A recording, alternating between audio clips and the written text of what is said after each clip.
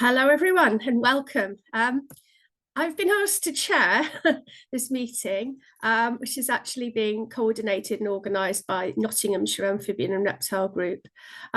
So welcome to a meeting that will talk about toad patrolling and Amphibian ID and generally sort of fill you in everything you need to know in order to get out there saving amphibians on these forthcoming wet and warm nights.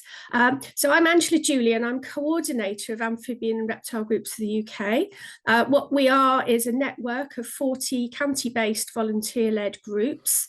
In each county, the group does what is needed for that county, for the amphibians and reptiles they have.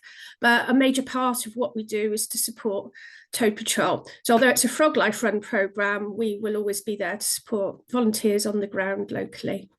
We're recording this meeting, so be aware if you do speak, then this will be recorded and it will be available on YouTube. So if you're uncomfortable with that, then I'm finding it hard to cut people out in the edit, so turn your camera off at least. But otherwise, everybody here is very, very welcome. As you may have gathered, you're not all Nottinghamshire ARG. The group kindly offered to sort of throw this out to the wider national network in order that everybody can benefit from it. So I'm going to introduce Maiya Evans, who's actually chair of Nottinghamshire ARG, and I'll ask her and Kay, her colleague, her trusty colleague, to introduce themselves and start the meeting. Thank you. So if I go first, because Kay's talking first. So I'm Maiya, and as Angie said, I'm chair of Nottinghamshire Amphibian and Reptile Group. I've been surveying amphibians for the past 7 years, and I've participated in various surveys across the country with various ARG groups. And since starting, I have gone on to become Amphibian and Reptile Officer for Friends of Newton Annesley Country Park, as well as being chair of Notts ARG. And I'm currently in my 3rd year of studying wildlife conservation at Brackenhurst University, which is Nottingham Uni. And I'm in my 3rd year, so I'm currently doing my placement where I am interning for ARG UK. And my favourite species, a great crested newt. So I'll hand you over to Kay and she'll get us going. Hi everyone, I'm Kay. I work as a consultant ecologist. I've got a bachelor's degree in environmental biology and a master's degree in biodiversity conservation, and I'm the toad patrol coordinator for Nottinghamshire ARG. I've been surveying with the group for about 2 years. I've also been surveying with a lot of other counties' ARGs, and I've been toad patrol coordinator for about a year. And so, should we move on to the first presentation? Let me see if I can share my screen. There we go.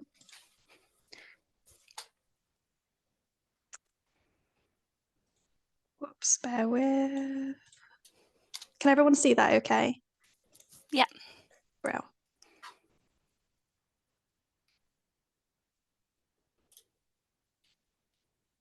Okay, so we're going to start today's session with a talk about common toad ecology and why our toad patrols are absolutely essential.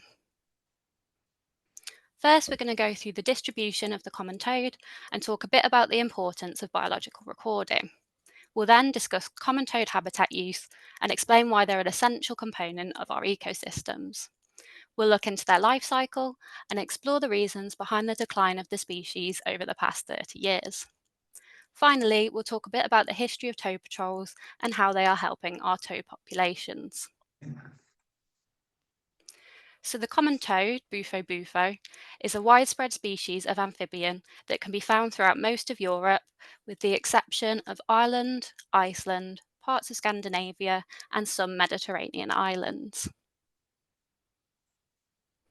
Within the UK, the common toad is widespread throughout England, Wales, and Scotland. As I mentioned previously, the common toad is almost entirely absent from Ireland. It's actually not a native species there, but according to the Herpetological Society of Ireland, there are now 2 known populations that have been introduced, and one of these populations is established and breeding. This map shows known records of the common toad within Nottinghamshire, and you'll notice that there's a real bias towards the west of the county. As we know that the common toad is widespread throughout England, it's likely not a true reflection of their actual distribution. and is more likely the result of them being under-recorded. Most of our records are submitted by the Notts ARG committee, who mostly happen to live in the west of the county. Having accurate records helps us to monitor species distribution and abundance and is really important for making informed decisions about where to target conservation efforts. We'd therefore like to use this opportunity to remind you about Record Pool. This is the place to submit any sightings you may have of amphibians and reptiles.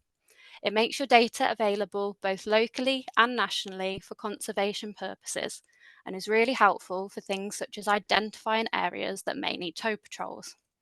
If you're interested in joining in with formal surveys, you can also join your local amphibian and reptile group. So first, let's take a look at the common toad life cycle. We'll begin in winter, where to survive the cold weather, toads enter a hibernation-like state known as brumation. This typically begins in late autumn or early winter, and during this time, they slow down their metabolism to conserve energy and remain in sheltered areas underground and away from predators. Breeding occurs in spring as temperatures increase, typically between February and April. During this time, adult toads emerge from brumation and migrate to bodies of water such as ponds, ditches, or slow-moving streams.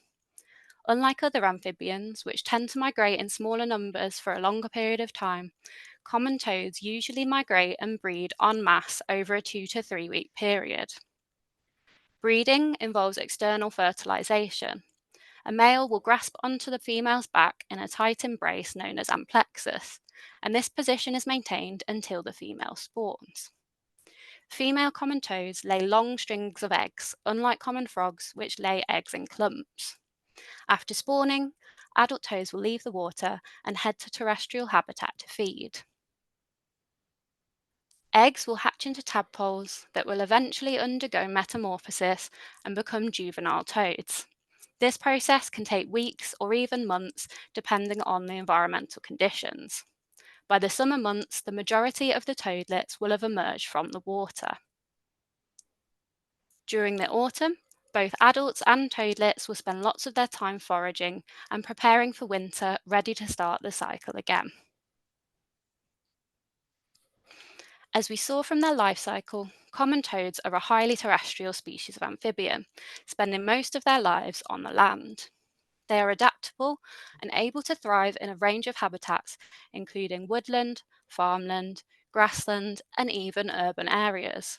Of course, they do breed in aquatic environments and they favour still water bodies such as ponds and lakes, although they will on occasion also use ditches and slow-moving streams. Toads are an essential part of our ecosystems. They are carnivorous, feeding on a variety of invertebrates, including insects, spiders, slugs, and worms. They are ambush predators, meaning they sit and wait for prey to come close to them before snatching them up with their quick, sticky tongues. This means they play an important role in keeping common garden pests under control. Although common toads can secrete a toxin, which makes them unpalatable to predators, there are still many species that feed on them. This includes snakes, hedgehogs, otters, badgers, and birds such as herons and birds of prey. The fact that common toads are in decline is therefore devastating, not only for the species itself, but also for the other species relying on them in the food chain. Research has shown that common toad populations within the UK have declined by 68% over the past 30 years, and the greatest declines have been observed in the southeast of England. In an interview with the BBC in 2016, Dr. Benedict Schmidt, one of the researchers, said that the declines are believed to have been driven by a general deterioration of environmental quality.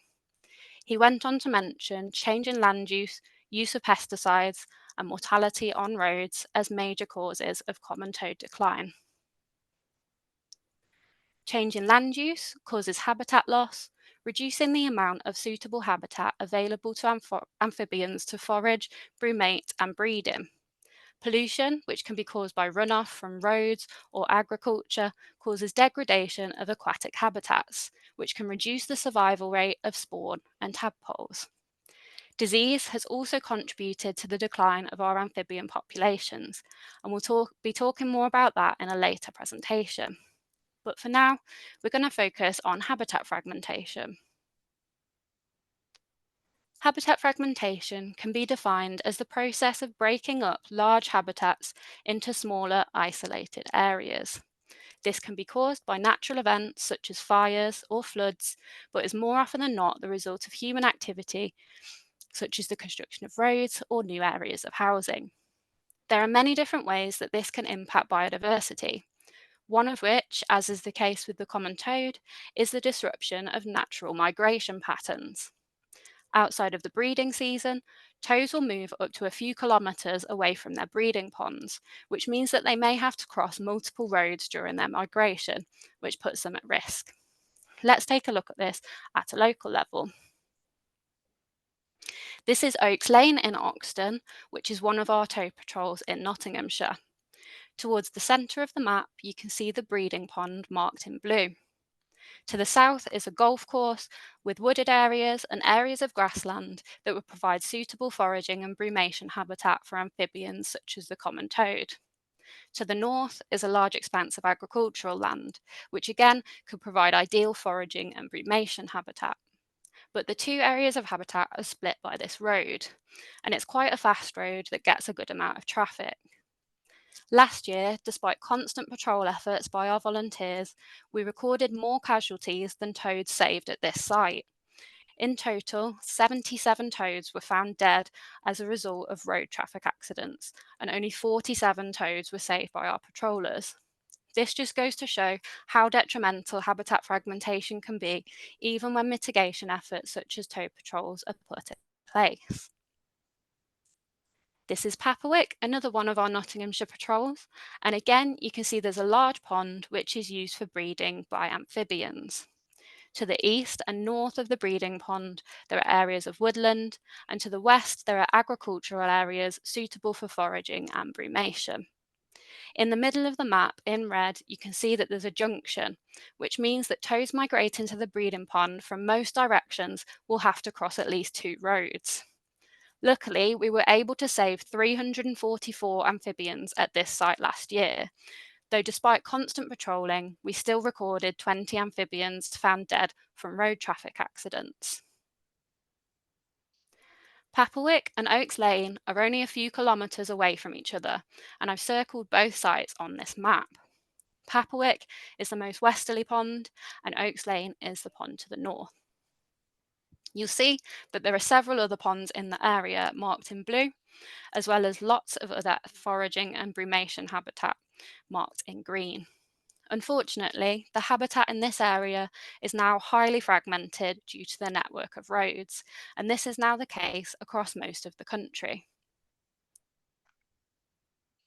As can only be expected when we look at how fragmented toad habitats have become, road mortality has played a significant role in the decline of the common toad.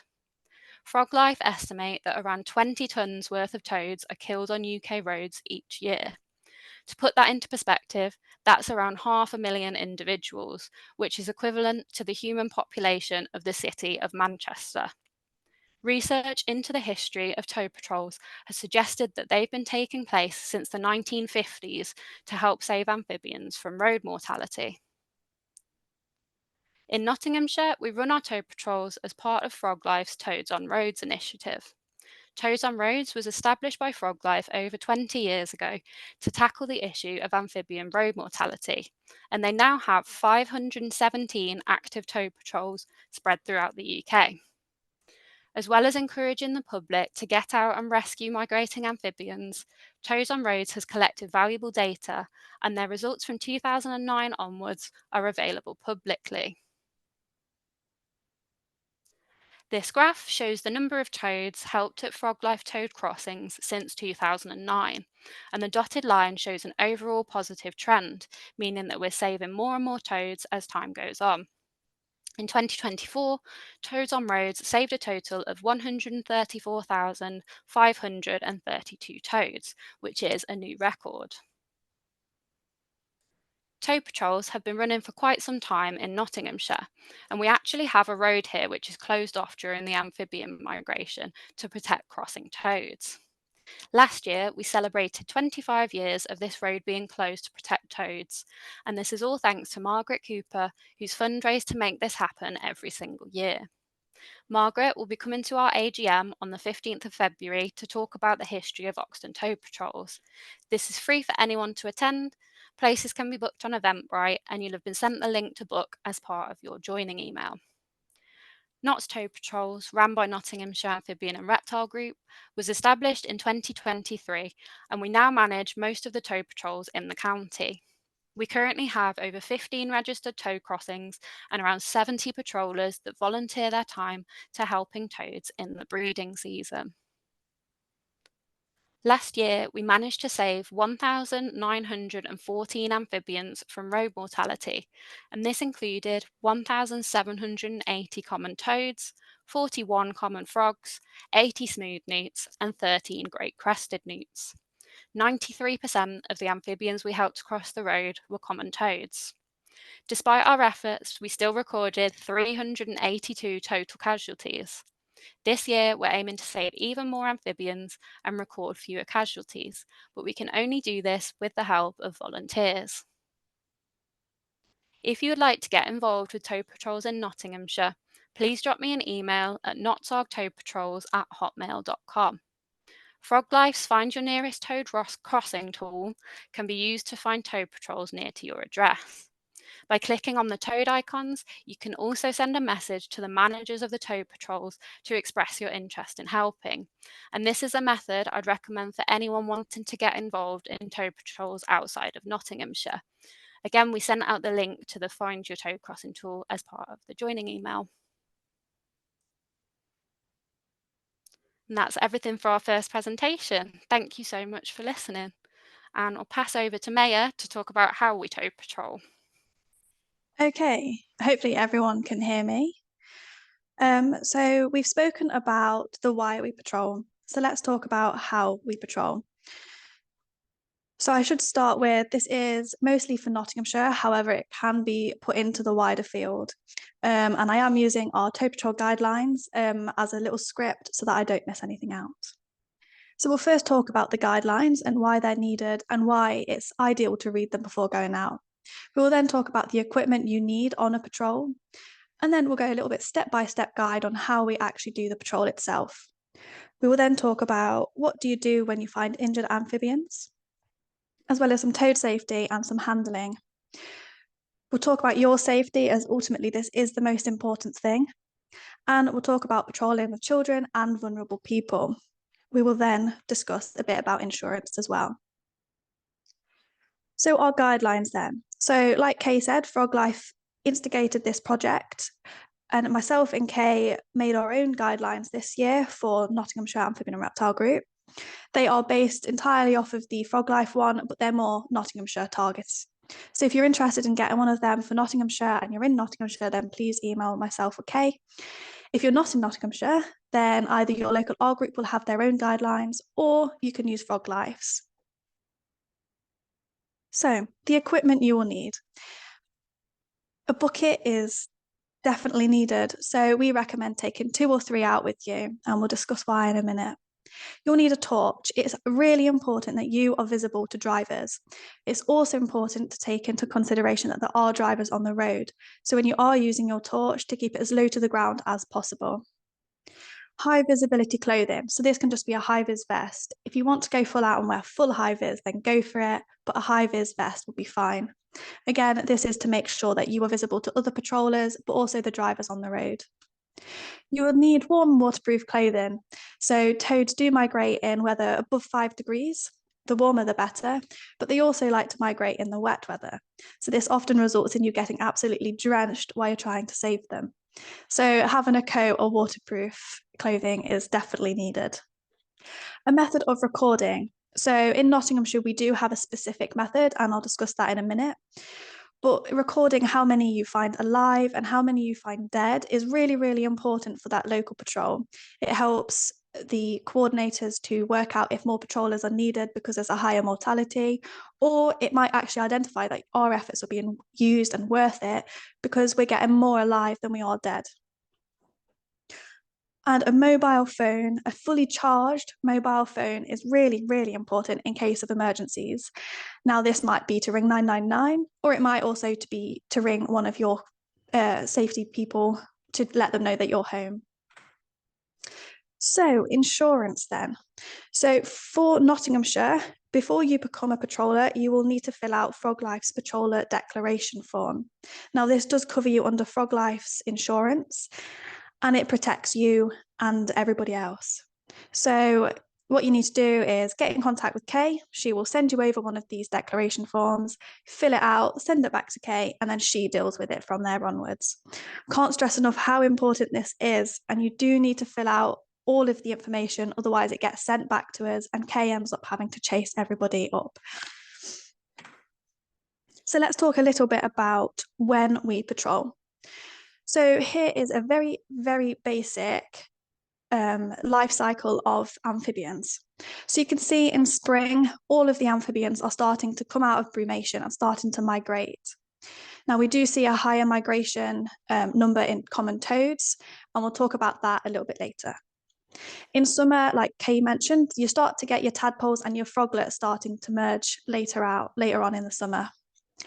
In autumn, then they're out foraging and they're feeding. This is all ready to go into brumation and hide away in winter. So like I say, that's very, very basic, and it does depend on the weather. As I know down in the south, you start to see frog spawn basically around now. So timing wise then, so a lot of the questions we get is what time do we actually go out? So we recommend going out half an hour to an hour after sunset. So this is typically this time of the year, so February to March time. The very steep drops in this line are when the clocks go back and forward. So you can see the later the year goes on, the later you're out surveying. But thankfully, toad patrols are at the beginning of the year, so they're relatively early nights. So you can see, typically we would want to be starting somewhere after 5:30. But again, this depends at a local level, as some areas might be warmer than others. So a step-by-step guide on how do we actually patrol. First of all, you want to park up somewhere safely. Now, in our Nottinghamshire guide, we do have step-by-step guides on exactly where you need to park. And we also do have a map that's interactive and has all of our toad patrols on it. You can find your nearest one and you can find the safest point to park on that map. I should also mention that a lot of roads, to park safely, you do need to actually go across that toad patrol migration route. So while you're driving, always be careful and watch out for other toads as well. Once you're parked up safely, grab your high vis and get your equipment ready. Before you step out on the road, it might feel like I'm teaching you to suck eggs here, but please do check that there are no cars already on the road. Road safety is really, really important. So make sure there's no cars coming, and if there are, just wait for them to pass. Once it's safe to do so, you can start walking in one direction of the road. So whilst you are walking along this road, then it's important to keep scanning for those amphibians. So using your torch low to the ground and not standing really high up, as we don't want to distract any drivers. If you do spot amphibians on the road, what you need to do is you need to check that it's safe to cross and get that toad or other amphibian. And when it is safe to do so, walk over to them, collect them. And while you're walking, don't forget to check the drains for fallen amphibians. So we've got a lovely volunteer on our committee who's currently making some toad ladders. So yes, they're making toad ladders which go into the drains and enable the amphibians to crawl out. So once the amphibian has been collected, you can either place it into your bucket, or what we suggest as a first option is, where it is safe to do so, is move that amphibian to the nearest safest point in the direction that that amphibian is facing. So a lot of the time we get questions of, the toad isn't facing the way of the pond. Do I put it to the pond? The simple answer is no. Place that amphibian in the way that it is facing. If it's facing away from the pond, just move it to the side of the way it's facing.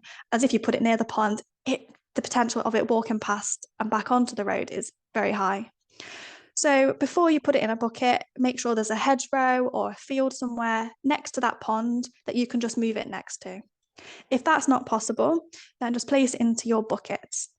So we recommend keeping males separate to the females. This is because what can happen is a toad ball.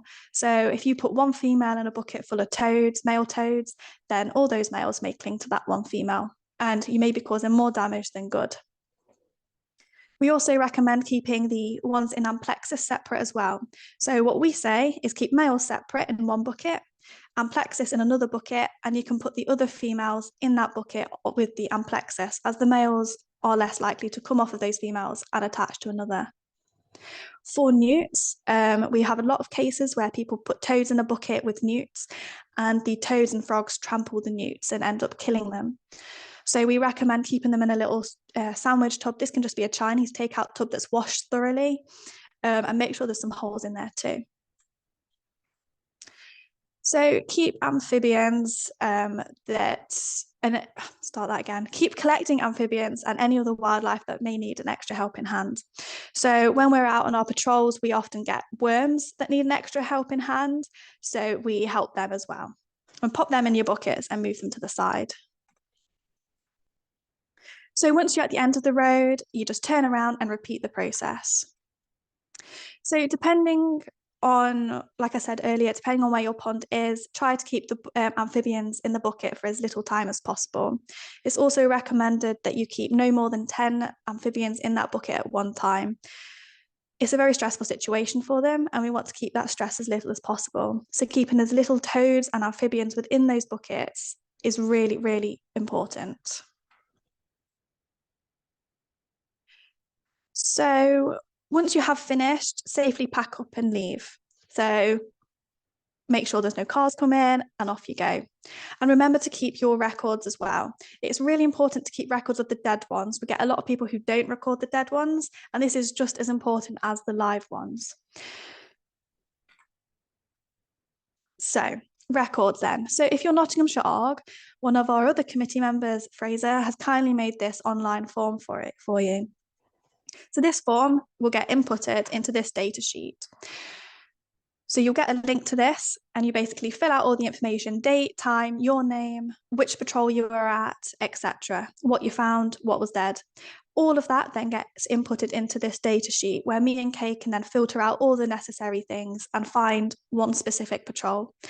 As last year we found it, well, Kay ended up having to input a lot of the data herself because people couldn't access the data sheet or couldn't be bothered, as many people can't. So this online form should be a much simpler way of doing this.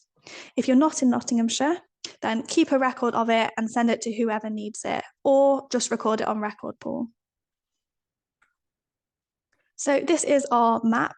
I made this a few years ago when tow patrols were first starting, so it's a little bit out of date. So it's used on Google Maps, and it's a shared thing. It's on our WhatsApp group for those in Nottinghamshire. You can access it and you can find your nearest patrol. So the blue line shows the stretch of migration that happens from A to B. The little fish icon shows where the pond is. And you can't see it, but that purple dot by underneath the A is actually where it's safe to park. And you can see up by just past the migration by B as well. That's also a safe place to park. And we've got one of them for majority of the ones in Nottinghamshire. And I'm currently updating that now. Okay, so injured amphibians. Toad patrols aren't always fun. It's great to get out there and it's great to feel like you're making a difference, but the chances of you coming across a dead or injured amphibian is very high. So what do you find if you see a dead amphibian? Although it's very distressing to see, it's really important to record it. In some cases, it might be possible to actually ID the species and sex of that individual, but if not, and it's difficult to do so, then just record it as a fatality, as this is just as useful. So the chances of seeing an injured amphibian, I've not come across one, but other people have. So mild injuries include small cuts and abrasions, whereas severe injuries include things like broken limbs, deep wounds, very lethargic, can't really move.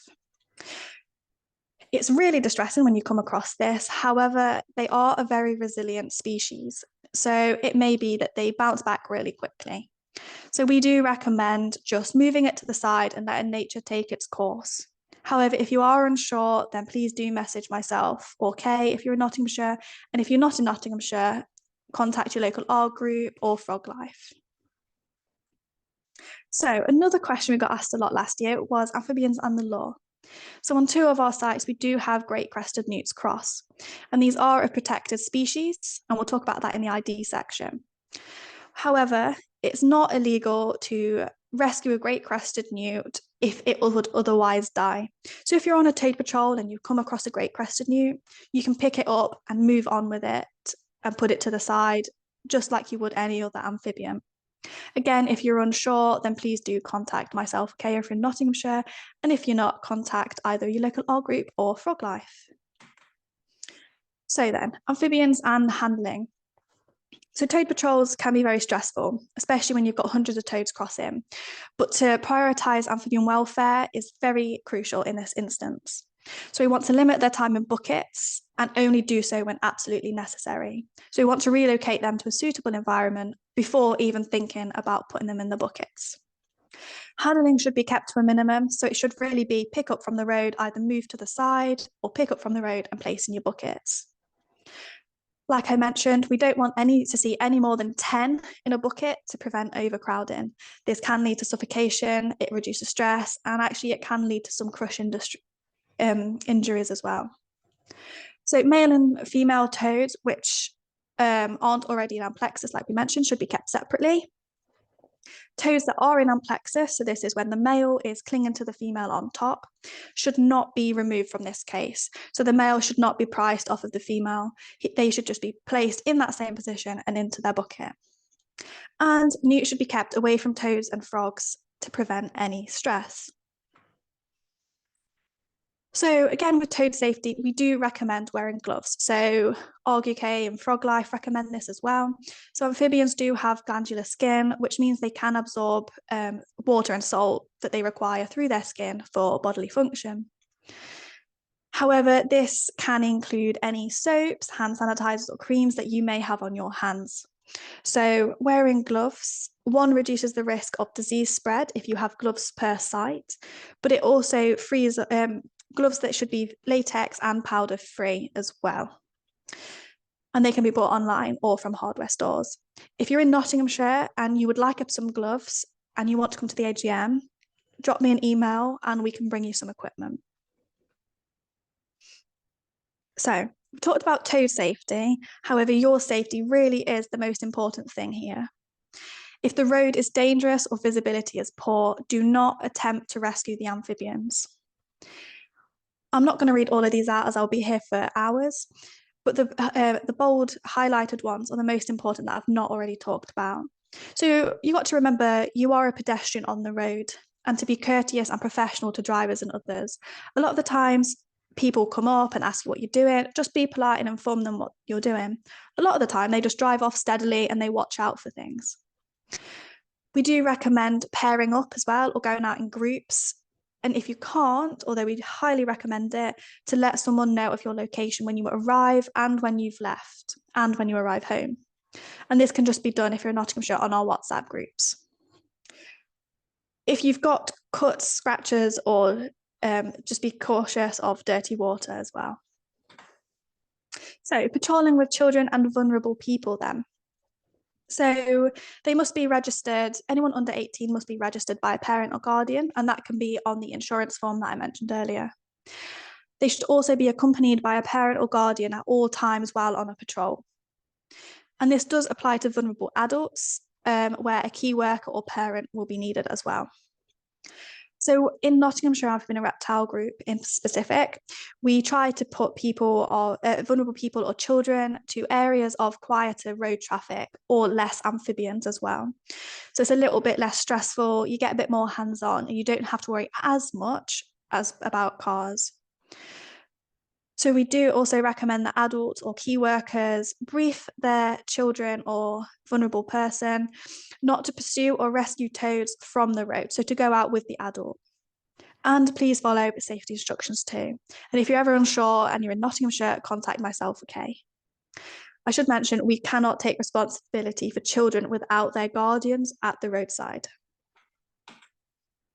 So I think that's it from me. I've probably forgotten some things, but please do read the guidelines wherever you're from in order to make sure that I've covered everything. So we'll have a 10-minute break. So we'll come back at, shall we say, 1:45. So yeah, and then we'll talk about Amphibian ID.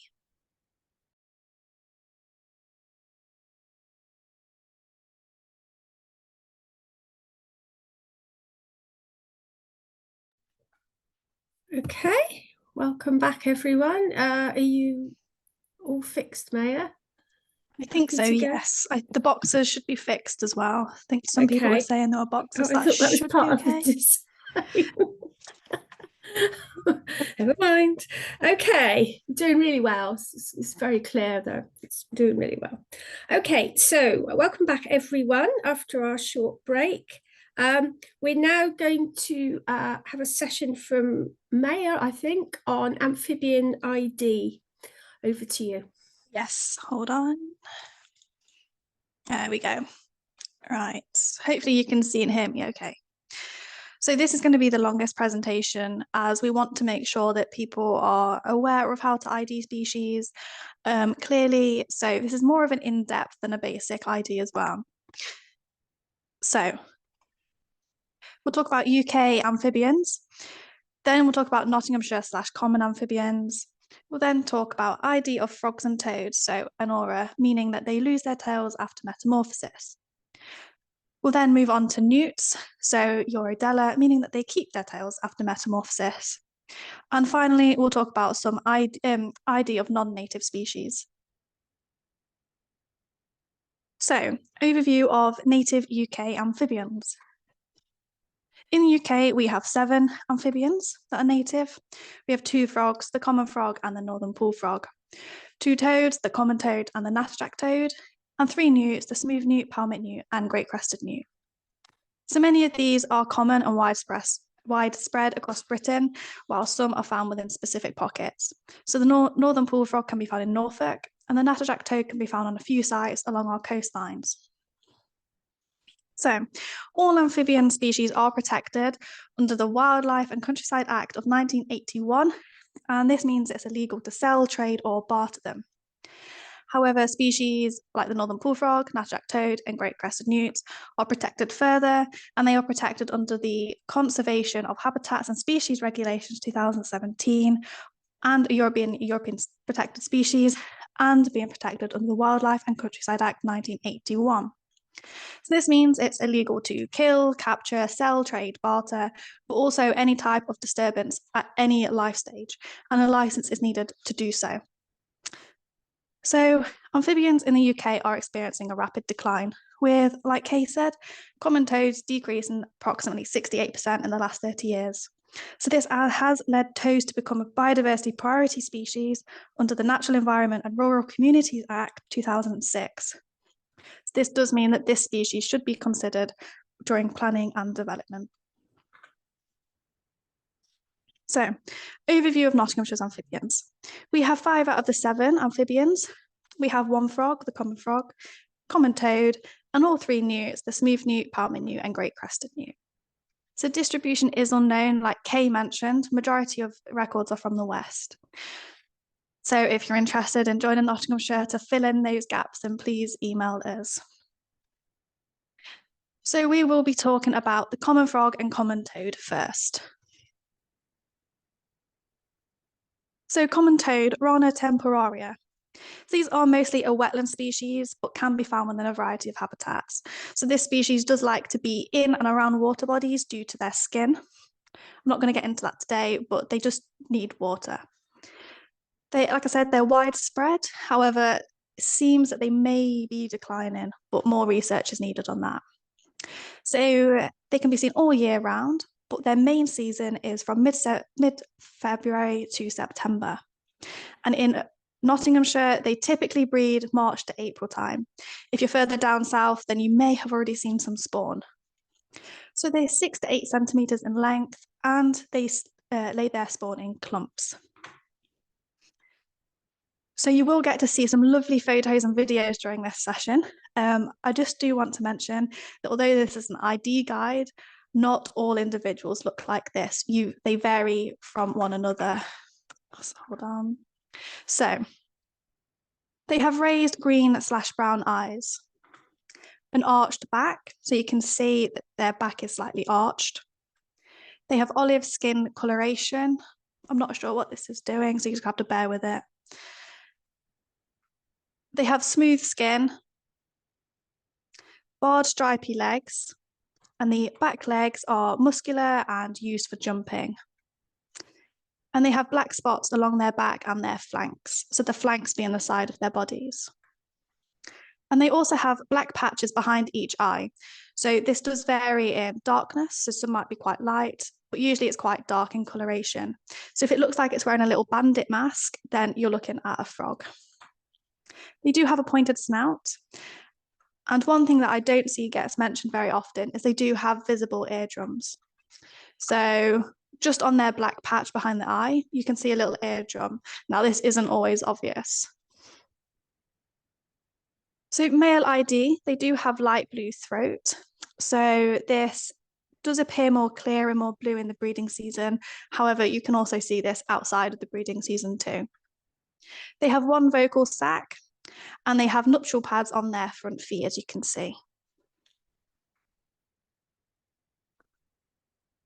And like all, well, common frogs and common toads in particular, they do have thick front legs, and this is used to grip onto the female. So the nuptial pads are on their front feet, and you can see the swelling, and this is basically to allow him to grip onto that female. And they do croak. So if you've been lucky enough to see a group of frogs, they do tend to croak and push and shove each other out of the way, trying to get that female. So the females tend to have they don't have nuptial pads. So you can see they have thick, broad legs and front feet. They do tend to be red in coloration. So you're gonna have to excuse the laser. I'm not entirely sure what it's doing. They do tend to be red in coloration. However, this does vary, and you may get some more yellow individuals and some more green individuals. And they do have speckled throats as well. So you can see on the top is the male and the bottom is the female. So you can see the top one, he's got a very clear blue throat, whereas the female, if you can look just on her throat, it's very speckled. And they do tend to be a lot larger than the males. And they appear gravid in the breeding season too. So here's a video from my garden pond in the breeding season, so I'm hoping you can hear it okay.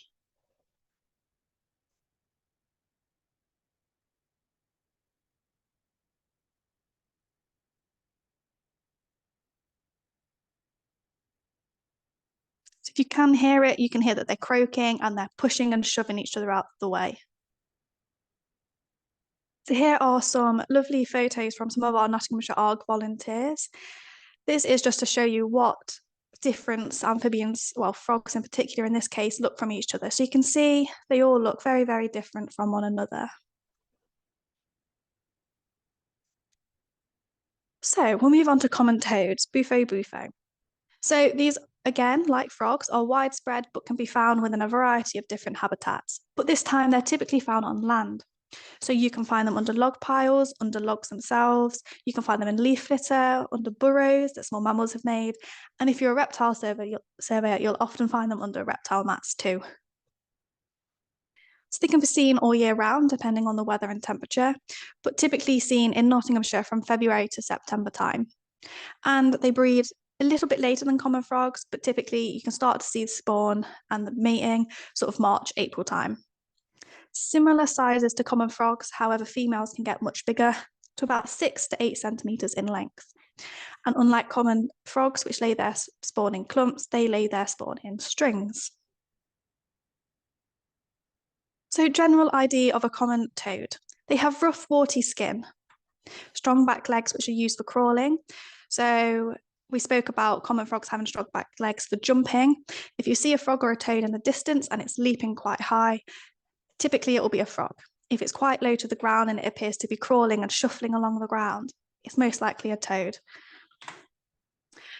So rather than having a little bandit mask, they do have 2 parotoid glands that sit behind each eye. So these parotoid glands, which Kay mentioned in toad ecology, these do hold toxins, which make them distasteful to any predators. They have golden eyes as well. And rather than a pointed snout, they have quite a round, broad snout. So, males. They have black nuptial pads on their front feet. So you can see here, you can see the 2 little black rough patches. Now this does appear, you can see on the other foot as well. This does appear outside of the breeding season. However, they're not as swollen and they tend to be more grey in appearance.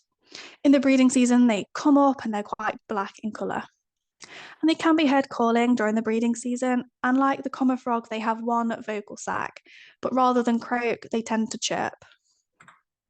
And they do have strong front legs. If you've been lucky enough to come across a male toad and pick him up to save him, you will know just how strong they are. And they tend to be smaller than females too. So female ID then. So they're a lot larger than males. Some female toads can get huge. So you'll know a female toad when you see her. And like the female common frog, no nuptial pads on her front feet. And this can be seen even if you see a small individual. If you look at the front feet and there's no nuptial pads, it will be a female regardless of size.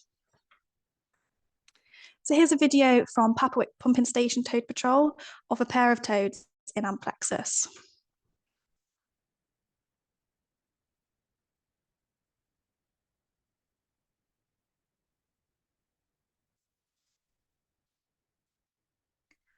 So you can see they're quite slow moving, very low to the ground. Whereas if that was a frog, although if she had a male on her back, she would still be quite slow, there would be a bit more oomph to them. So again, here are some more wild toads. So more of what you come across when you're doing a patrol or a survey. So you can see they vary in colour, vary in patterns and sizes. And here is a video similar to the frog one that I showed you earlier, but of toads. So if you listen closely, you'll be able to hear them.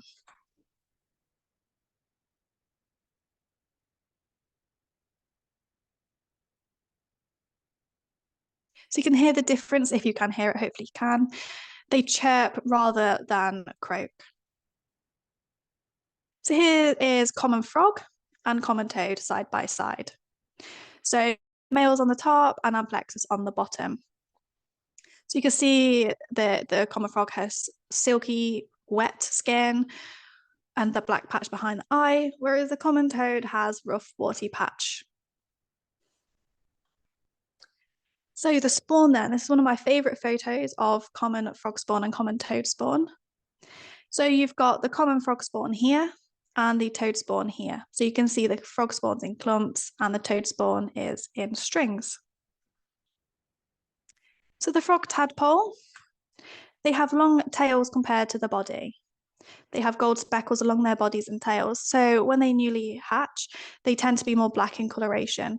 The older they get, the more gold speckles they get. And they do have a pointed snout. So like the adult pointed snout. So you might be able to see the difference straight away when it comes to toad tadpoles. They do have a shorter tail when compared to the body. They are jet black in coloration with no markings on them. And they have a rounded snout. So here is a little side-by-side graph of, well, table of the differences between them. So I'll just let that sit there for a minute.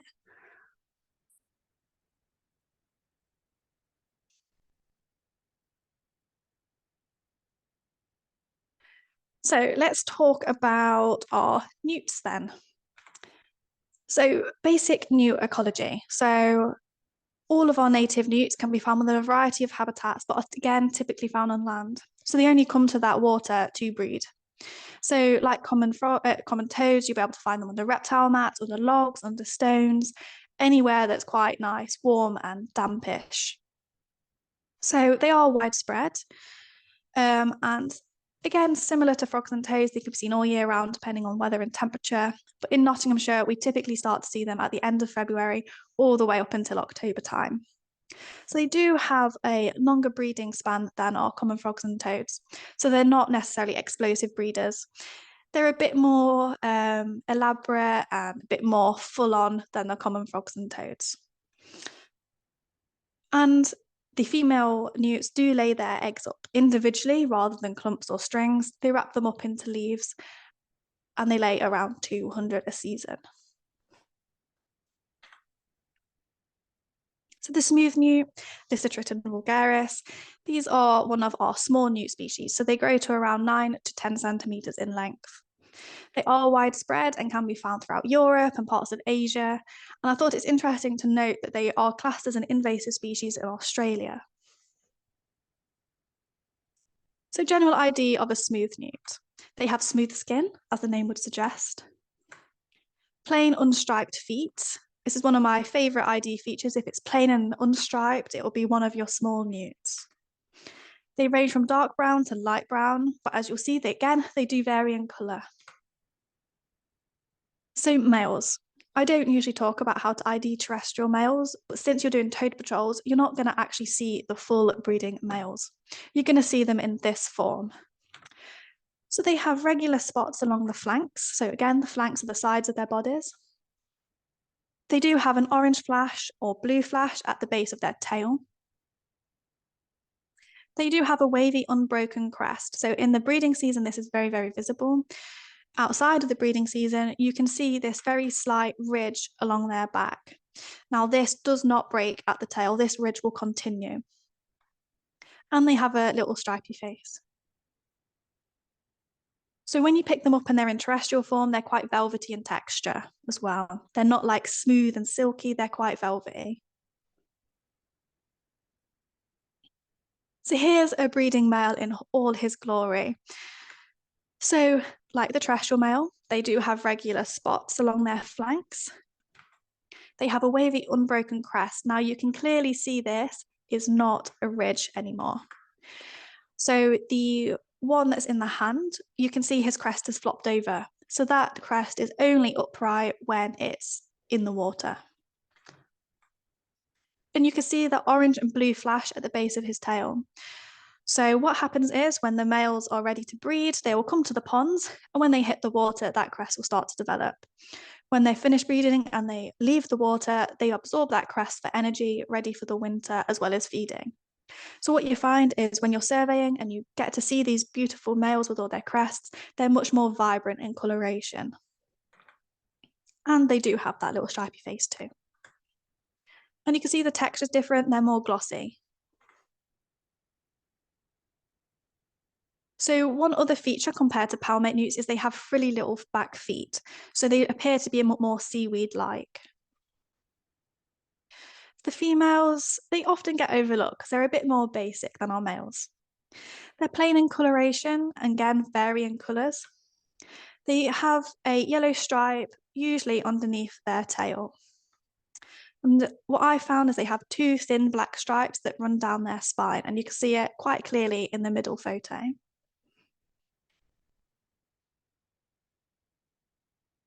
So similar to our frogs and toads, they become gravid during the breeding season. So the photo in the middle, you can see she's quite fat at the lower body. So this is where her eggs are being held. So here is their underbelly. So they have pale orange bellies with regular spotting and a spotty chin. So females and males again differ. So the females are more light in coloration and smaller spots and a speckled throat. The males tend to be more like orange, and they tend to have more bigger spots that are still regular and circular. They tend to have more spotty chins as well. And you might be able to tell if you do flip a newt over. Again, we don't advise unless you're under supervision and never done it before, but that cloaca, so that where he lets the spermatophore out from, is much larger in the breeding season. So here again is just some photos that we've taken over the last couple of years of different males and female smooth newts. So the bottom middle is a smooth newt F, so about 1 year and 2 years old, and you can just see how tiny they are.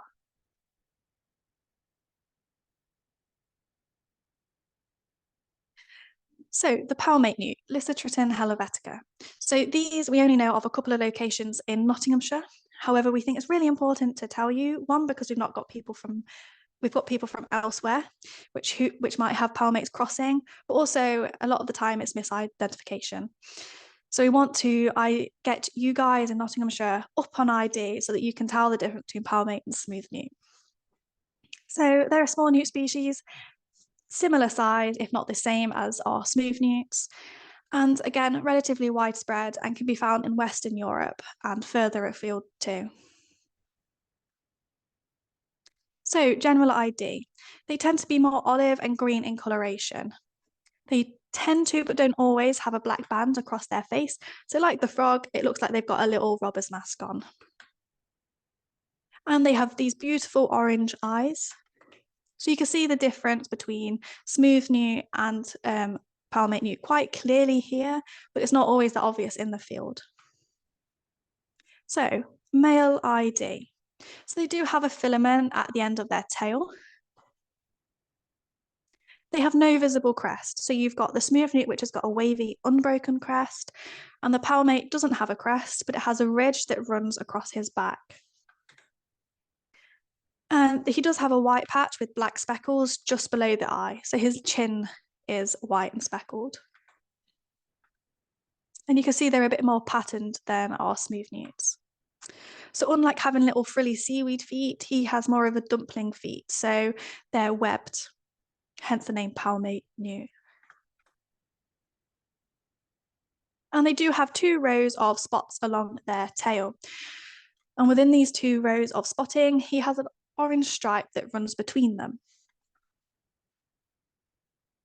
So the female ID then. So female palmates and smooth newts look almost identical when you see them separately. When you see them side by side, you can see the differences, but it's quite hard to explain the differences here. They do tend to have a thicker head than smooth newts. Again, this is very hard to see if you don't have them side by side. And like the males, they have a white, unspeckled or lightly speckled chin just underneath their eyes. They tend to be more camouflaged in colour, so I like to describe it as leopard prints. So you can see the tail, it's not plain, it's got some patterning to it. And they do have nodules on the back of their bottom feet as well. But again, this is really hard, you need to flip them over. So in a patrolling instance, pick it up, move it to the side, get a photo of it. So the underbelly's there. So the male's filament is visible, as you can see. The male cloaca is larger and more obvious in the breeding season. And they do have a pink, pale peach throat that typically has no markings on it whatsoever. So here are some individuals that have been found by our volunteers. Not all of them are from Nottinghamshire, these photos, I should add, just to so you can see the varying colours and patterns.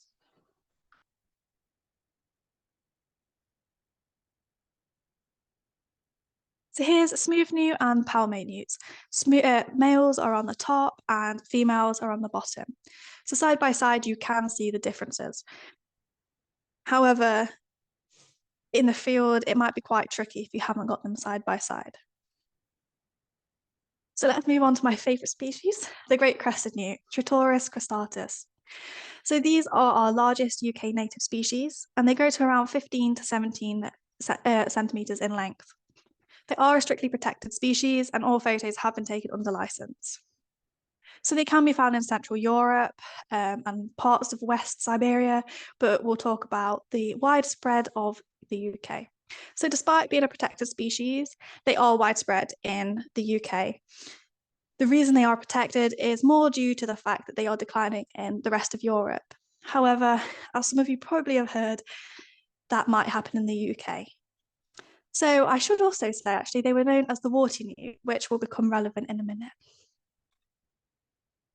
So unlike the smooth newt, which has smooth skin, the warty newt has black warty skin.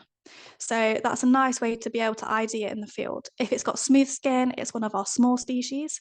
If it's got black and warty skin, it's our great crested newt. They have white speckles along their flanks, legs, tails, and the sides of their heads. They have yellow and orange stripy feet. So if you're on a survey or a toad patrol and you can just see a little foot and it's black and orange and it's stripy, you've got yourself a great crested newt. They do have golden eyes as well.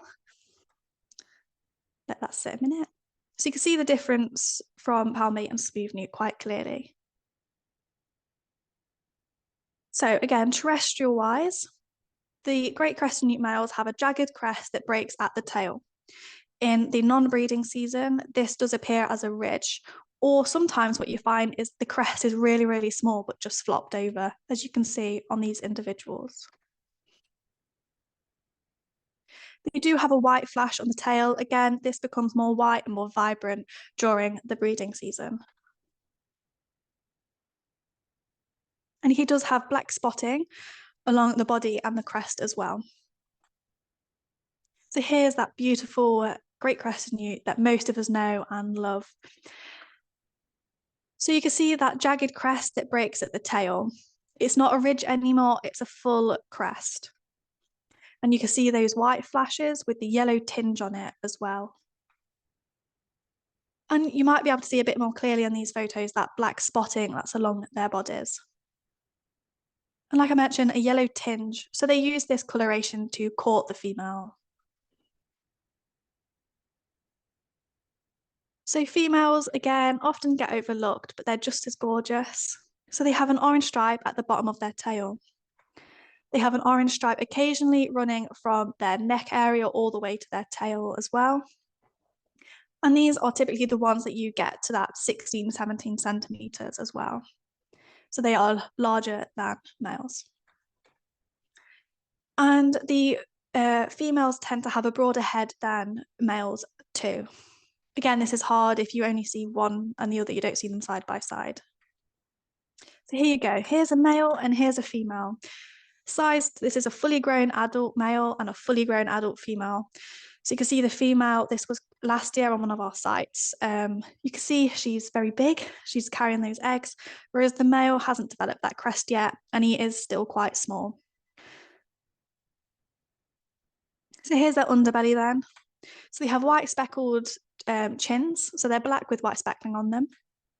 They all have large black irregular circles along their bodies. And you might be able to see how absolutely beautifully orange they are. So the one with the white tray in, this is a fully breeding male that we caught, whereas the one that he's got his little legs around my finger, he's on terrestrial form. So you can see that they change their colour and they're a bit more vibrant in the breeding season. And like all newts, their male's cloaca is much larger in the breeding season compared to the females. So here we go. Here is a few pictures of the varying colorations and sizes.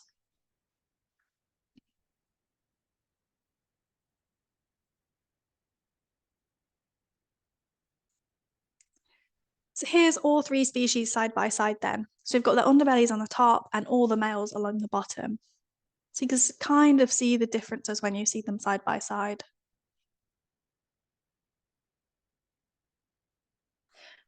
Unlike the common frogs and common toads, here's a nice little table that you can use to ID if you don't like photos. So one of our lovely volunteers, Kitty, has made this for us. So it's a double-sided sheet, and when you print it out onto A4, the animals are actually almost, if not exactly, life-size. So I've got some laminated copies that I can give out at the AGM, so please contact me if you'd like them, and I can send them. I can give them to you then, sorry.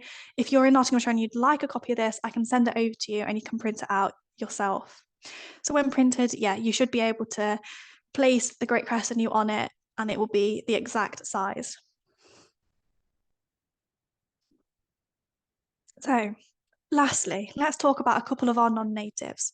I'm not going to go into depth about these. I'm not going to tell you how to ID them, just going to show you the slides. But these are really important to know about. One, because Kay will talk about it in a minute with biosecurity. But two, we don't know how widespread they are. So knowing about them is really important because you can help us to identify any areas they may be in.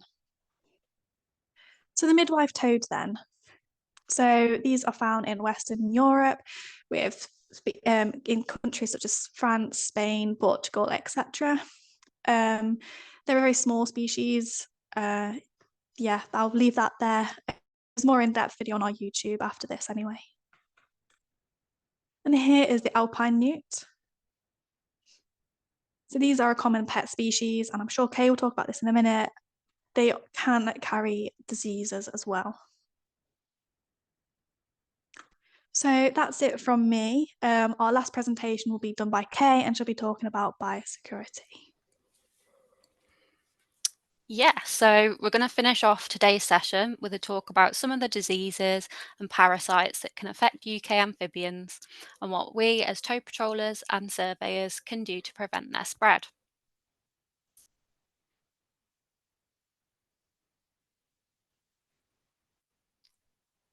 If you can go on to the next one, perfect, thank you. First, we're going to discuss the impact of disease on amphibians globally, before going through some of the main diseases and parasites that affect our amphibian populations in the UK.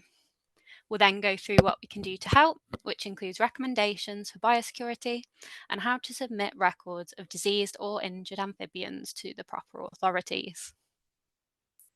According to the IUCN, amphibians are now the most threatened class of vertebrate globally, with 40.7% of amphibian species now at risk of extinction.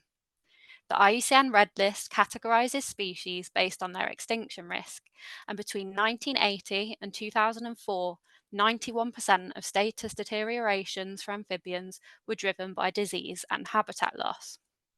Disease is therefore a major cause of amphibian decline internationally. Surveyors and toad patrollers have a key role to play in combating the spread of such diseases within the UK. We can help detect disease in areas that are already affected, and through good biosecurity practice can reduce the risk of introducing or spreading diseases or parasites to new areas. In the UK, there are several diseases that threaten our amphibians, including rhinovirus, chytridiomycosis, and herpes virus. It's important that we are familiar with the symptoms of these conditions so that we can take appropriate action if we come across infected amphibians in the field. I'd like to emphasise that none of these diseases are known to affect human health, so please don't let this put you off toad patrolling or surveying for amphibians. And just a warning, in case anyone would prefer not to see them, the following slides will contain graphic images of diseased amphibians. Rhinovirus was brought to the UK by the commercial pet trade and was first observed in the southeast of England in the 1980s. It can infect all native UK amphibian species, but mainly affects the common frog and the common toad. Symptoms can include reddening of the skin, bleeding from the mouth or the cloaca, skin ulcers, particularly around the underside and the hind limbs, and in extreme cases, loss of digits, although some animals with the disease show no apparent signs of infection. Since rhinovirus is active only in warmer weather, the most apparent sign of an outbreak is mass mortalities of adult frogs in or around a pond during the summer, particularly if you notice frogs that seem unusually thin or lethargic in the days before the die-off. Rhinovirus can have devastating effects within an infected pond, though its long-term ramifications are still not fully understood. In some cases, mass mortalities are followed by recovery, while in others, the disease results in localized extinctions. Rhinovirus can survive in the environment without a host for more than 2 months. This means that the disease can be spread by us if footwear or equipment becomes contaminated. Chytridiomycosis is a disease that can be caused by 2 different species of fungus, Batrachochytrium dendrobotidis, or BD, and Batrachochytrium salamandrivorans, or B-sal. Together, these species are commonly referred to as chytrid. Research has shown that chytrid has caused mass mortalities of frogs, toads, and salamanders over the past 50 years. It's been recorded in over 60 countries and has driven the extinction of 90 species of amphibian, many of which are based in the tropics. Chytrid causes death by preventing sufficient uptake of salts through the skin. Amphibians need salt for their circulation, and without sodium, their hearts stop beating. Chytrid is spread by zoospores, which can move in water and are too small to be seen by the naked eye. Spores can persist in water and in damp soil, meaning that chytrid can be spread on our footwear, clothing, and equipment. Batrachochytrium dendrobatidis was first identified in the UK in 2005, and like ranavirus was brought over by the commercial pet trade.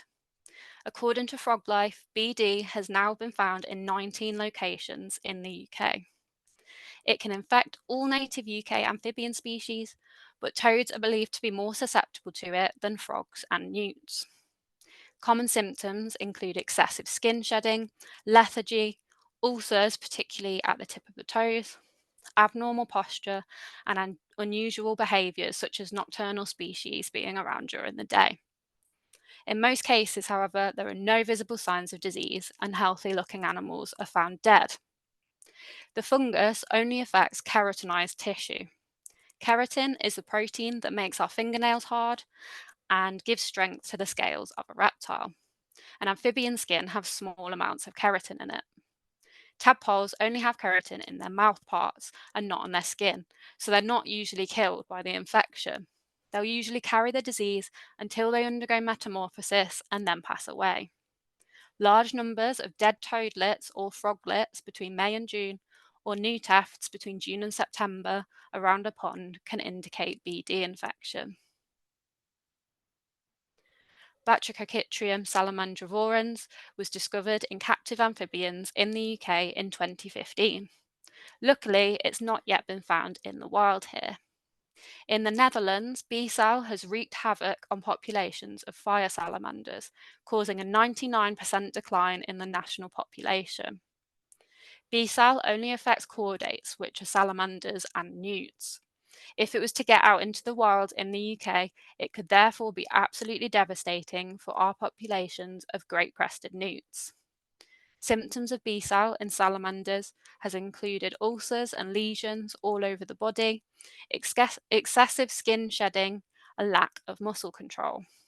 B-cell can be spread through direct contact with an infected individual or through contaminated materials, as it's able to survive in the environment for several weeks. Because of the devastating effects B-cell could have if it was to get into the wild in the UK, it is a notifiable disease. This means that if you suspect the disease, you must report it immediately by calling the DEFRA Rural Services helpline, and failure to do so is an offence. Rannid herpes virus has been reported from sites across England and Wales since the early 1990s. It's only been reported in Great Britain in the common frog. The disease appears during the breeding season and slowly dies down over late spring and summer. Symptoms include skin abnormalities, which look like droplets of candle wax, as you can see in the photograph there. Garden Wildlife Health state that little is known of the disease, but affected frogs do not appear to suffer ill effects from having temporarily warty skin.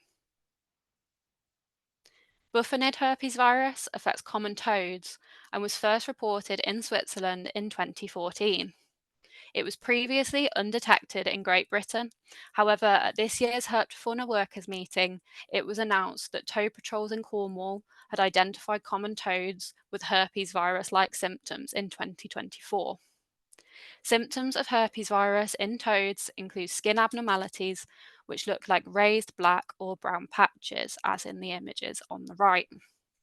As the patches grow, they often join together, creating large lesions. Further research is needed into the effects of this disease. However, it's believed that herpes virus can cause ill health and possibly even lead to mortality in common toads. It's therefore really important for toad patrollers to know the symptoms of buffonid herpes virus and to make their patrol managers aware if they find individuals that they believe to be infected. Moving on to some of the parasites that affect our amphibians in the UK, and this includes leeches and toadflies. 4 native species of leech have been identified as feeding on the blood of amphibians in the UK, and 1 native leech is known to predate on froglets and toadlets. Since 2020, there have been reports of a non-native species of leech preying on amphibians in the south of England. These leeches have been observed on the eyes and throats of common toads and on the flanks and undersides of common frogs. Newts have also been affected. Frog Life state that genetic testing has suggested that this non-native species has originated from Tunisia. There's no evidence suggesting that the species is a problem for amphibians within its natural range, but it's not yet understood if it could cause problems for our species in the UK. So it's really important for us to be aware of them and report any leech sightings. Leeches feeding on amphibians is a natural phenomenon and usually does not require intervention. In fact, attempting to remove feeding leeches can harm both the amphibian and the leeches themselves. In severe cases that may raise concern about amphibian welfare, veterinary advice should be considered. The movement of affected animals or other materials from ponds with leeches should be avoided to help prevent the unintentional spread of leeches and any pathogens they could carry to new areas. Toadflies are a native parasite of the common toad in Great Britain. Adult toadflies lay their eggs at the entrance of body openings, such as the eyes or the nostrils of the common toad. Once hatched, the larvae feed on the flesh of the toad, and this almost always results in mortality. Adult toads are most commonly affected, but subadults can also be parasitized. Unfortunately, there is no known control or treatment for toadfly infestation in wild toads. There are two ways that we, as toad patrollers and as surveyors, can help to prevent the spread of harmful amphibian parasites and diseases. And we're going to start with biosecurity. Biosecurity can be defined as measures aimed at preventing the spread of harmful organisms. And these harmful organisms can include viruses, bacteria, animals, and even plants. As we've already discussed, there are many diseases and parasites that can reduce the quality of life or even be fatal to our native amphibians. There are also a variety of invasive non-native species that are detrimental to our native biodiversity and could be spread from tiny fragments on our clothing. For example, this picture is of a demon shrimp that I came across while surveying last year. Demon shrimp carry a number of parasites which can cause disease in fish and other invertebrates. Following biosecurity is therefore important not only for protecting our amphibians, but for protecting other native species and the biodiversity of the UK as a whole. So what protocol should we follow for biosecurity?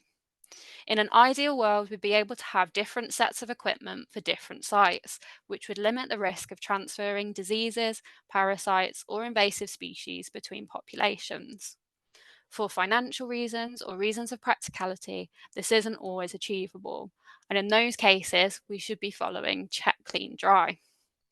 This involves checking your footwear, clothing, and equipment, such as toad patrol buckets or nets if you're surveying, for mud, animals, or plant material before leaving a site. If you find any of these things on your person or equipment, shake them off and ensure they are left at the site. Any clothing, footwear, or equipment that has come into contact with amphibians or pond water should be cleaned before being reused. Make sure that you pay attention to areas that are damp or difficult to access and use hot water if possible. Everything should then be dried for as long as possible before being used elsewhere. Some invasive plants and animals can survive for over 2 weeks in damp conditions, and as we discussed previously, diseases such as rhinovirus can survive for months. The rule of thumb is that if you're visiting two sites that are more than 1 kilometre away from each other, you should be using different equipment and footwear, or disinfecting everything in between. In Nottinghamshire, we have several toad patrols that are in close proximity to each other, but are more than 1 kilometre apart. If you're intending to visit more than one patrol in an evening, please ensure that you're able to disinfect or have separate sets of equipment for the sites to prevent any possible transmission of disease or parasites. And the same goes for surveying and survey equipment if you're visiting more than one site. ARG UK have produced a fantastic guide on disease precautions for amphibian field workers, and we sent the link out for this on your joining email. When cleaning your equipment, and by this I mean footwear, tow patrol equipment such as buckets, and survey equipment such as nets or traps, ARG UK recommend using either Virkon, diluted per manufacturer's instructions, or a bleach solution, which can be made up by combining 4% bleach with 96% water. Clothing should be washed on a 40-degree cycle with biological detergent. Dead and diseased amphibians should be considered as an infection risk and should not be handled unless absolutely necessary. If you do have to handle dead or diseased amphibians, ensure you're wearing gloves and make sure to change them before handling any other amphibians whilst out in the field. If you keep captive amphibians or reptiles, it's extremely important that you maintain appropriate biosecurity protocol to prevent the risk of disease transfer from your pets to wild populations and vice versa. Garden Wildlife Health have a great set of biosecurity guidelines for keepers of captive amphibians, and we sent out the link to this in the joining email if you'd like to take a look. Species such as African clawed toads, North American bullfrogs, and alpine newts can carry chytrid without developing disease symptoms. As we know how fatal chytridiomycosis can be to our wild amphibians, we obviously don't want to spread it. We also don't want to spread disease from wild populations to our beloved pets. Rana virus, for example, can cause lethal disease in testudo tortoises. The other way that tow patrollers and surveyors can help to prevent the spread of harmful organisms includes reporting disease and parasite incidents to the appropriate authorities. We've already discussed BSAL and the fact that it's a notifiable disease, so must be reported to DEFRA if you suspect it. But if you suspect any of the other diseases or parasites that we've discussed today, this should be reported to Garden Wildlife Health.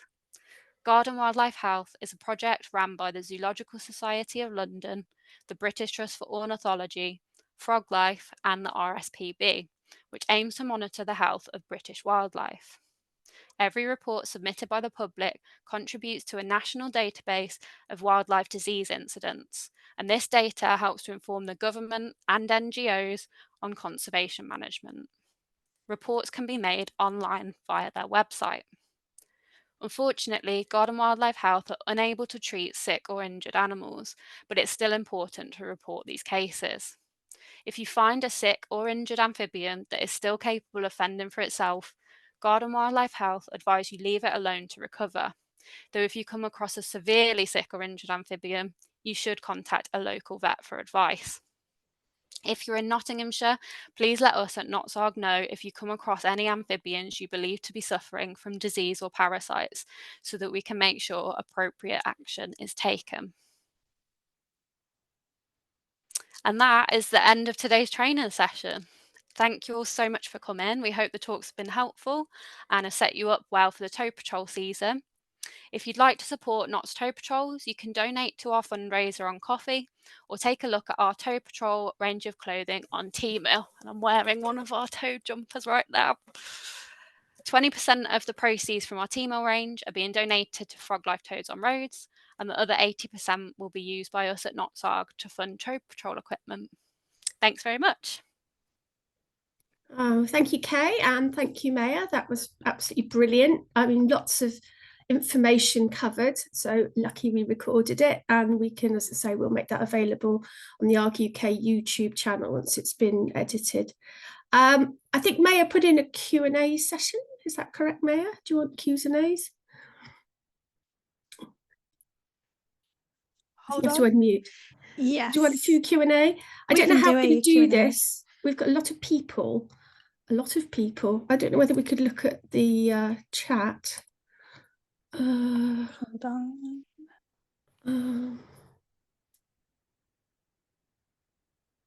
Oh, okay. Well, I'll ask a few questions and you guys can answer them. How about that? So if anybody has a question, can you put it in the chat, and then we won't go on too long, but we can do a little bit.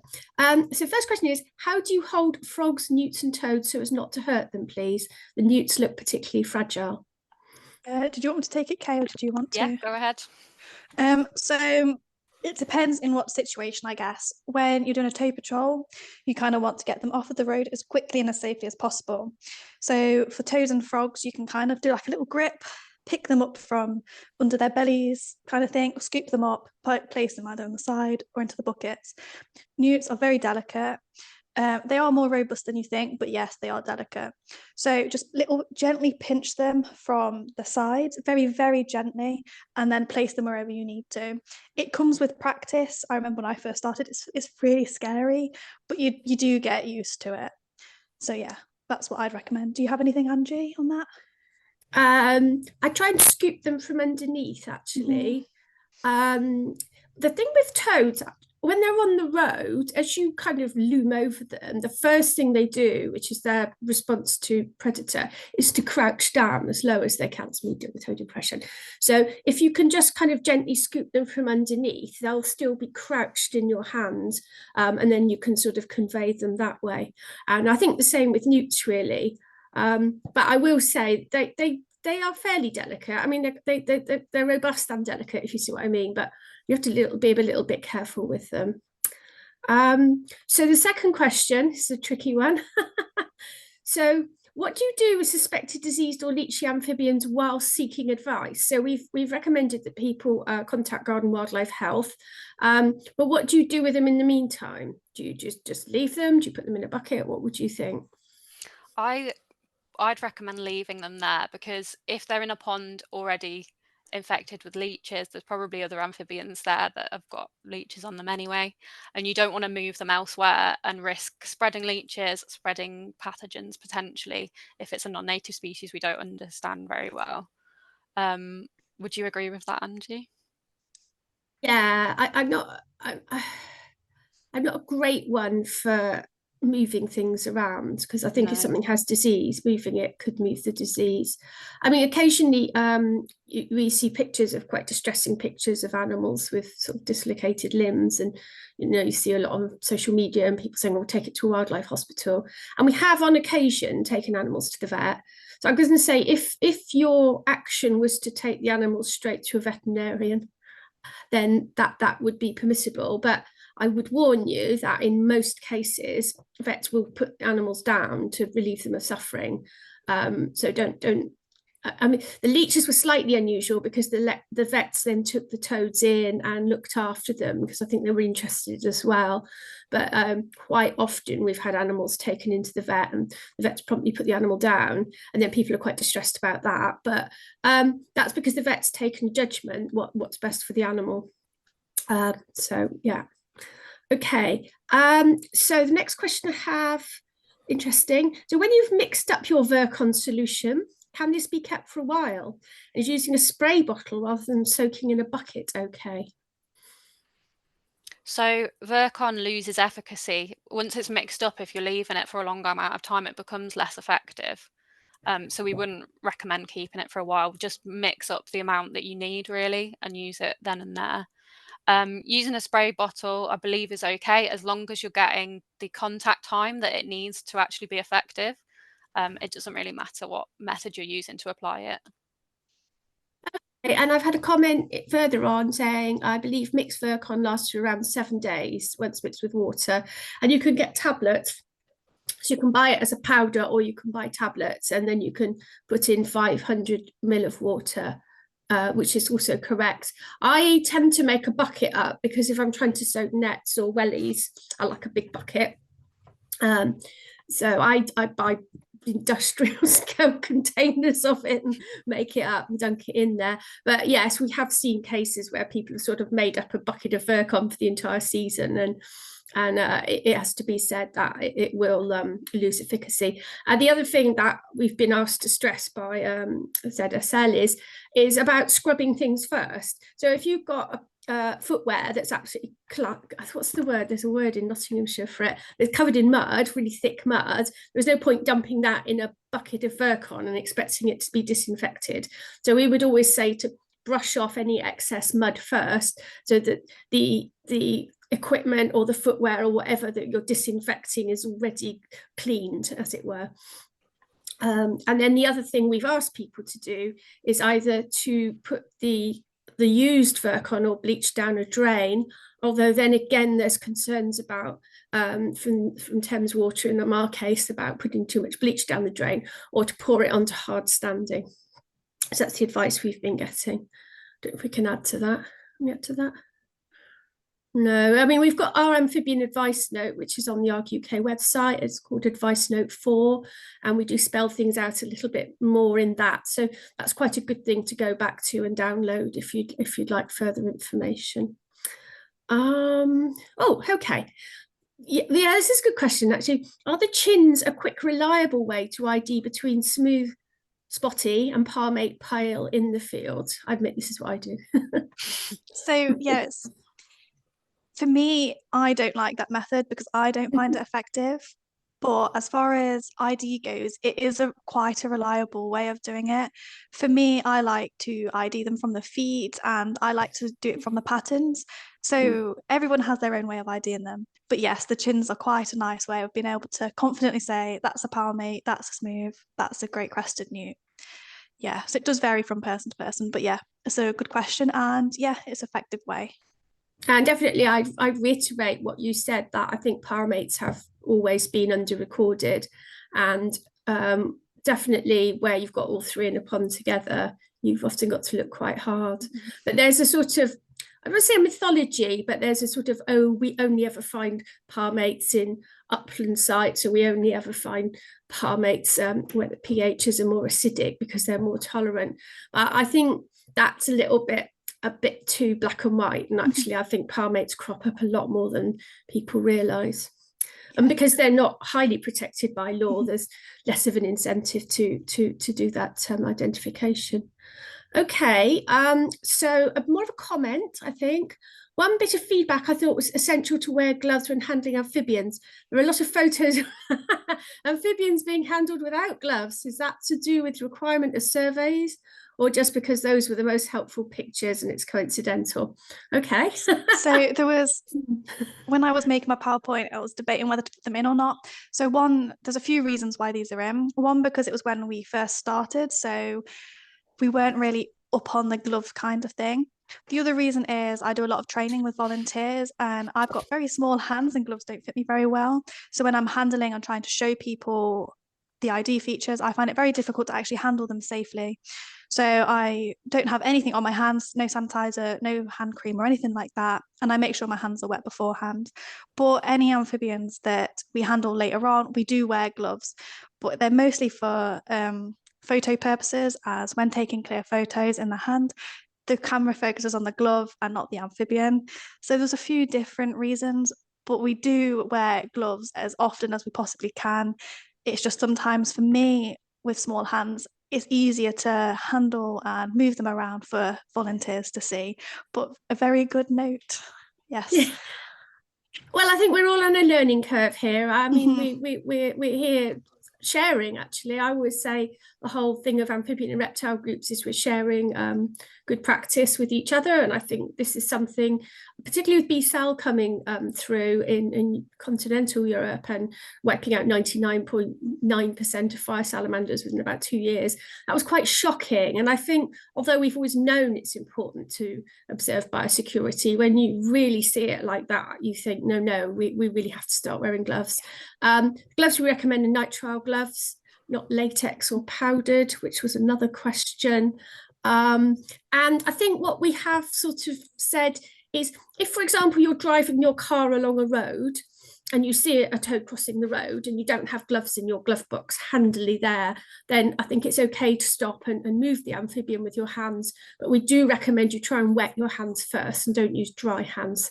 But really, quite a lot of recommendations we make are for consultants who might be handling a lot of amphibians or moving them between sites for translocation purposes. But I think we toad patrollers also need to start to take this on board and observe biosecurity. Okay. Is Virkon or bleach effective, safe for wax leather walking boots? I can't say I know that because I wear wellies most of the time. Yeah, you'd have to have a look online, I think. Yeah, maybe wear footwear that you know is going to be okay to be dunked in bleach or Virkon, not your hundreds of pounds worth of lovely walking boots. If you soak nets in Virkon, it's great. We're getting all these biosecurity questions. Do you need to rinse it off before going back into the field? Given how sensitive creatures are to chemicals, does the residue damage the environment, or does it sort of evaporate so it's okay to just leave between patrols?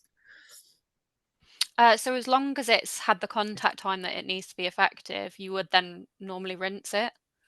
It is the contact time that is the main thing to make it effective. So it destroys the bacteria, fungi, virus, but then you can rinse it off. Okay.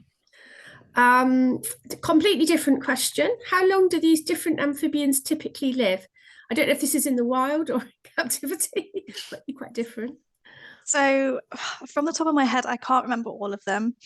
So great crested newts can live up to 10 years in the wild if they've not been predated on. In captivity, they can live all the way into 20 years. Common toads, I think, is around 8 to 10 years as well. Common frogs, I think pretty much they're all the same, to be honest, 6 to 10 years, depending if predators get them first. From the top of my head, it's one of the things that slips my mind all the time. But yeah, they can live quite a long while. So, and you've got to remember as well, the females don't breed every year. It takes a lot of time, a lot of energy to create those eggs, carry those eggs, lay the spawn, carry all those males. So she doesn't breed every year. So she's got to live a decent amount of time in order to get those eggs and her genes out there. And again, males don't breed every year. So it takes a lot of time for the males to develop their crests and get these beautiful, lovely, attractive ladies to like them. So yeah, they've got to live to a decent number in order to get that gene pool going. But on average, around 10 years usually. Breeds on her 3rd year, and then every 2 to 3 years thereafter. She might only breed 3 times in a lifetime. So that's perhaps another way of looking at it. Yeah, that's how precious this is. So thank you from Charlcombe Patrol near Bath. Our patrol rescued 3,200 amphibians in 2024, of which 41% are toads. We also collect amphibians in September when the warm weather, I'm assuming that says encourage them to return. So there's a little bit about climate change there. Do you have any comment on that? Did you want to take it, Kay, or? Go ahead if you want to. So yeah, last year in particular was really strange, especially in Nottinghamshire. I don't know how anyone else found it, but we had 2 migrations. We had, well, I think it was this time last year, wasn't it, Kay? We had our first lot. And then we had our second lot at the beginning of March. So I'd say that although mass migration happens this time of year, that the warm weather may be confusing amphibians, and we may start to see them want to go back to the breeding ponds later on due to the climate change and warmer weathers. You've also got to take into account local climate as well. So it might be that particular area is warmer than elsewhere. Don't know if you've got anything else to add, Angie? I'm not sure. Somebody else has asked if it's worth patrolling outside the breeding time. I mean, we talk about frogs and toads as explosive breeders, which means that they tend to breed within a very few weeks, and they will move on warm and wet nights. So particularly wet night, you might sort of see 80% of your amphibians on the move. But you're right, there's 2 things here. One is the returners. They might return over a longer period of time. Now, we traditionally don't always see returners because once the clocks have changed, it might not be getting dark until 9:30, and then a lot of patrollers have gone home or aren't out, so we don't necessarily see the patrollers. Another thing we're not seeing is the baby metamorphs, which will move in June, July up to September. And again, what you'll suddenly get is a very wet morning, and then you might suddenly get a mass of tiny froglets or toadlets moving. So dense that they cover a path and you couldn't even walk without standing on them. And then just as half an hour later, they vanished again. So definitely, I'm going to say we're going to hopefully get some funding to look at modelling that. So if anybody here does see those mass migrations, please put them on record pool, and we might be in touch about that. Is it worth patrolling outside the breeding time? I think, like all these things, it is quite a lot of effort to get everybody together and to gear up and get all the kit together. So we've traditionally focused on those really important weeks in the spring. But I think if you see a pattern of animals moving at other times, and you're local and you've got maybe a few people, you could start to look for it. And again, please notify us, because we're really interested in any new patterns of behaviour. I think that's my 10 cents worth. So yes, the patrols only happen in the spring. That's all a part of that. One question: a few of the sites I'm looking to survey are almost 200 acres. What would be an acceptable area to cover without disinfecting equipment? So how close is close? So I went to a talk at the Hertfordshire workers meeting on biosecurity best practice recently, and they said if you're moving more than a 1 kilometre distance, you should be carrying out biosecurity, because then you've got risk of moving pathogens and stuff like that. So I stick to that kind of a... Yeah, I guess if the animals... Oh, go on, Maiya. So on the survey site that is at the Friends of New St Annesley Country Park, that that's 220 acres, and that's where majority of the photos were taken on the ID presentation. So because we have about 10 to 15 volunteers come out with us every single time we go out, it's not for us justifiable to take all of our cleaning equipment up with us, as well as nets, as well as trays. So like Kay said, I think it depends on the site really. But for us, it's not justifiable to do that. So we make sure boots are clean before people arrive, clean their boots in the car park. We know the drain goes into the sewer, so we put that down the drain. We then make our way up. The other thing is toads in particular can move quite a long distance. So yeah, for us, we don't do it, if that's any help. Okay. Yeah. Thank you. So final question, this is the final one now, is are there any plans you're aware of for under road tunnels for frogs and toads, especially in areas of most toad movement? Are there some already in Notts? We were updated on this at the Hurt Workers meeting by Sylvia, weren't we? Yeah, I'm not aware of any new tunnels in Notts. Are you, Maiya? No, there's one on the Derbyshire-Nottinghamshire border, but it's not new. Yeah, and I've actually got loads of notes from the Hurt Workers meeting on this. The main thing was, so research they've conducted, toad tunnels did increase populations of common frogs and common toads in 50% of sites with toad tunnels, but in quite a lot of cases they were put in place and they weren't very well done, and it actually makes matters worse if it's not very well done. It's also a bit of an issue of funding and things like that. It's not an easy thing to put in place really and make effective. They tend to be more effective for newts. That's what they were saying at the Hurt Workers meeting. Yeah, he said common lizards weirdly use them as well, which I didn't expect. I think the things he was suggesting were keeping the tunnel clear, obviously, but also some tunnels use barriers to guide amphibians in. But if you've got 6 meters of barrier, then what about all the ones that are further along? Do they just run into the road and get squashed? So yeah, I think it's something that's talked about a lot, but I think the practice requires a lot more thought than perhaps has been given. And there's a maintenance. Who maintains it? Is it highways? Is it the local authority? Is it the landowner? Is it the tow patrol? Who knows? I don't know. So yeah, I think before we rush to tunnels, you do need to give thought to the construction, how it works, and who's maintaining it. Okay, I think I've got, there are more things, but okay, yeah, there was one such scheme in Notts many years ago, which was removed due to higher deaths. Okay, so I'm going to finish with a really lovely comment, which actually sums up how I feel. Thank you for the interesting, informative presentations. And thank you so much to Maiya and Kayleigh. You put so much work into this. I can see you've obviously spent hours on those wonderful PowerPoints and really informative, and hopefully lots of people will find that useful.